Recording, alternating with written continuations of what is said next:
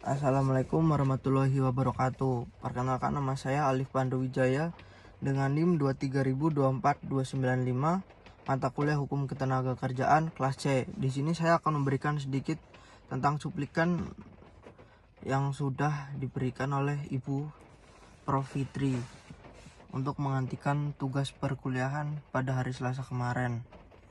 Naskah video yang berjudul tentang dinamika dan solusi hukum ketenagakerjaan di Indonesia. Yang pertama yaitu ada prolog, filosofi kehadiran negara. Hukum ketenagakerjaan bukan sekedar aturan tentang upah dan jam kerja. Merupakan adalah jembatan antara kepentingan private dan kewajiban publik. Seperti yang disampaikan dalam pidato pengukuhan guru besar. Hubungan kerja pada dasarnya adalah ranah perdata atau perjanjian. Namun, mengapa negara harus melakukan intervensi? Poin yang pertama berdasarkan pada pidato di video yang pertama, yaitu intervensi negara, kesepakatan para pihak tidak boleh menyimpang dari aturan perundang-undangan. Negara hadir sebagai pengatur, pelaksana, dan pengawas. Yang kedua yaitu tujuan hakiki, mewujudkan hubungan industrial yang harmonis dan berkeadilan. Yang ketiga, cakupan luas. Hukum nakar mencakup fase pre-employment atau sebelum, during employment atau selama, dan post-employment sesudah masa kerja. Yang kedua yaitu segmen 1, polemik regulasi dan badai pada saat pandemi. Indonesia menghadapi tantangan regulasi yang sangat dinamis. Lahirnya Undang-Undang Cipta Kerja memicu perdebatan yang panjang. Di satu sisi, pemerintah berargumen demi kepastian ekonomi global. Di sisi lain, buruh merasa kesejahteraan mereka semakin menjauh. Yang pertama ada dinamika Undang-Undang Cipta Kerja. Analisis mengenai putusan MK yang menyatakan inkonstitusional bersyarat dan munculnya Perpu nomor 2 tahun 2022. Nah, isu intinya, apakah fleksibilitas pasar kerja mengorbankan perlindungan pekerja? Yang kedua, efek domino COVID-19. Refleksi atas kebijakan pengusaha yang merugikan. Pekerja dicutikan tanpa upah, pemotongan upah secara sepihak, gelombang PHK massal yang meningkatkan angka pengangguran. Yang ketiga yaitu kerentanan kelompok marginal. Hukum harus mampu melihat sudut-sudut yang seringkali terlupakan. Pekerja perempuan dan pekerja di sektor kemitraan. Yang pertama ada dilema pekerja perempuan.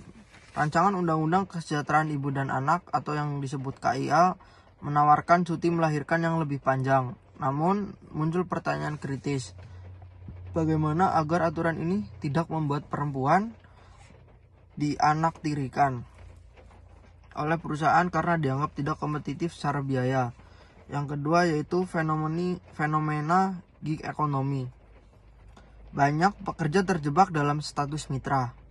Jam kerja memang fleksibel, tetapi mereka minim perlindungan sosial, tidak memiliki upah minimum, dan rentan terhadap eksploitasi karena posisi tawar yang rendah. Yang keempat yaitu tragedi dan harapan pekerja migran. Pekerja migran Indonesia adalah pahlawan devisa, namun perlindungan hukum mereka seringkali hanya di atas kertas atau yuridis, tapi menyimpang dalam praktik atau empiris. Realita kelam, isu human trafficking, penyiksaan, hingga pekerja yang terjebak di industri judi dan prostitusi online.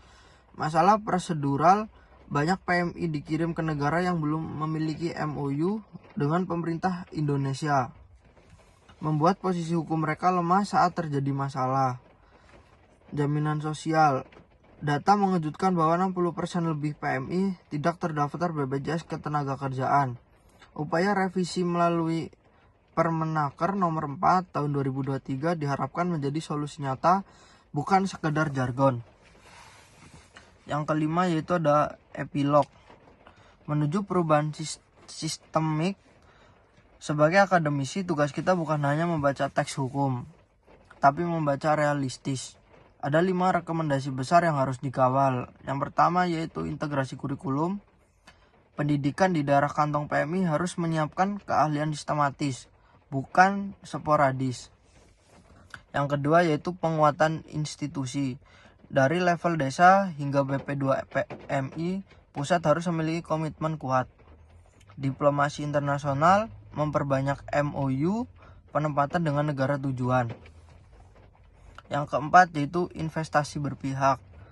Investasi asing wajib membuka lapangan kerja bagi masyarakat lokal secara nyata. Yang kelima yaitu integritas birokrasi. Memberantas KKN yang menjadi akar masalah karut-marutnya pengawasan naker.